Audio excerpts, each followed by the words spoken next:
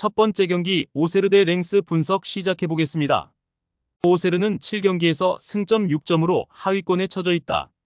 강팀인 브레스트전에서 승리하긴 했지만 경기력이 널을 뛰고 있다. 특히 최종 수비의 안정감이 떨어지는데 오쇼와 디오만데 등이 공중볼 제어를 하지 못하고 있다. 때문에 랭스 상대로 홈 경기지만 무리하지 않고 나설 수 있다. 랭스는 파리와 모나코 등을 제외하면 위로 팀을 두지 않고 있다. 최근 페이스가 특히 좋았는데 파리와 무승부를 기록했고 렌과 몽펠리에 등을 연파했다. 나란히 10월 일본 대표팀 일정을 소화하고 돌아온 이토 주냐와 나카무라가 측면과 최전방을 가리지 않고 공격을 주도했고 포파나의 중원도 탄탄하다. 접전을 본다. 랭스는 주냐와 나카무라 등 주축 선수들이 대표팀을 다녀왔는데 타 대륙 이동으로 인해 컨디션 유지에 애를 먹을 수 있다. 이 경기가 원정이라는 점도 감안해야 한다. 오어서와 케빈 등이 상대의 공세를 어느 정도 막아낼 오세르가 승점 1점을 따낼 수 있다. 두 번째 경기 낭트 대 오지시니스 분석 시작해보겠습니다. 낭트는 개막 이후 3경기에서 승점 7점을 따내며 선두권 경쟁을 했다. 그러나 랭스에 패한 이후 흐름이 꺾였고 4경기 승점 2점으로 주춤했다. 팀의 에이스 역할을 하는 모제스 시몬을 비롯해 모하메드와 토마스 등이 위력적인 움직임을 가져가며 공격 상황을 책임졌는데 확실한 구번의 부재가 아쉬웠다. 그래도 몰레와 아소우마니 등 벤치에서 들어와 활력을 불어넣어줄 선수들의 존재는 크다. 니스는 마르세유 원정 패배 이후 무패 중이다. 그 기간 랑스와 파리 등 우승을 노리는 팀을 상대했는데 1골만 실점하며 승점 5점을 따냈다. 불카 키퍼의 안정적인 세이브를 앞세워 상대의 기회를 차단했고 은돔벨레는 확실한 홀딩 역할을 해줬다. 무코코와 디옵 등 주전급 벤치 자원도 즐비하다.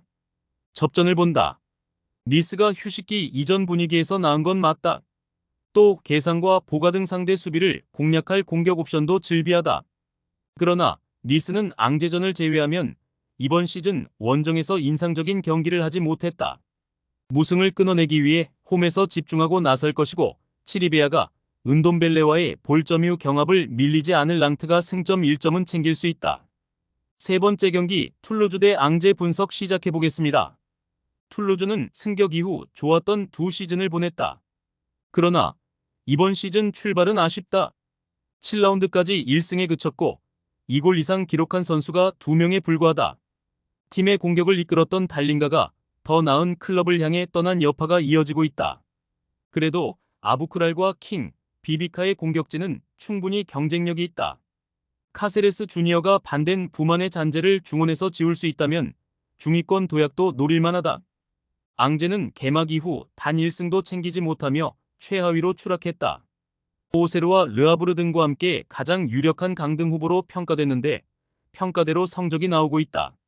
아울루와 벨케블라 등 팀을 중위권으로 이끌 것으로 기대했던 중원이 상대에게 경기 주도권을 전혀 가져오지 못했고 니앙의 마무리도 기대 이하다. 툴루즈의 승리를 본다. 앙제는 니앙과 압델리 등이 공격 상황에서 역습으로 기회를 볼 것이다.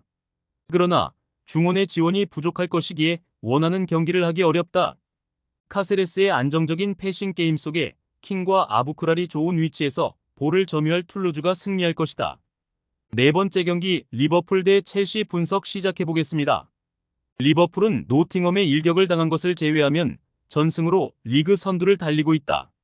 그러나 맨시티와 아스날 등 2위권 팀들과 승점 차가 1점에 불과하기에 달아나기 위해서는 승점이 필요하다. 최근 상대의 거친 수비에 다소 득점이 적긴 했지만 반 다이크와 코나테, 아놀드 등이 나서는 수비가 안정적이기에 큰 문제는 아니다. 누네스와 살라, 조타 등은 대표팀 일정을 마치고 돌아왔다. 첼시는 최근 4경기에서 3승 1무를 기록하며 4위로 올라섰다. 토트넘과 맨유 등 기존 강호들이 주춤하는 것과 달리 부진했던 몇 시즌을 뒤로하고 순위를 끌어올렸다. 벌써 11개의 공격 포인트를 기록 중인 콜 팔머를 비롯해 마두에케와 잭슨이 확실하게 공격 상황을 책임지고 수비도 탄탄하다.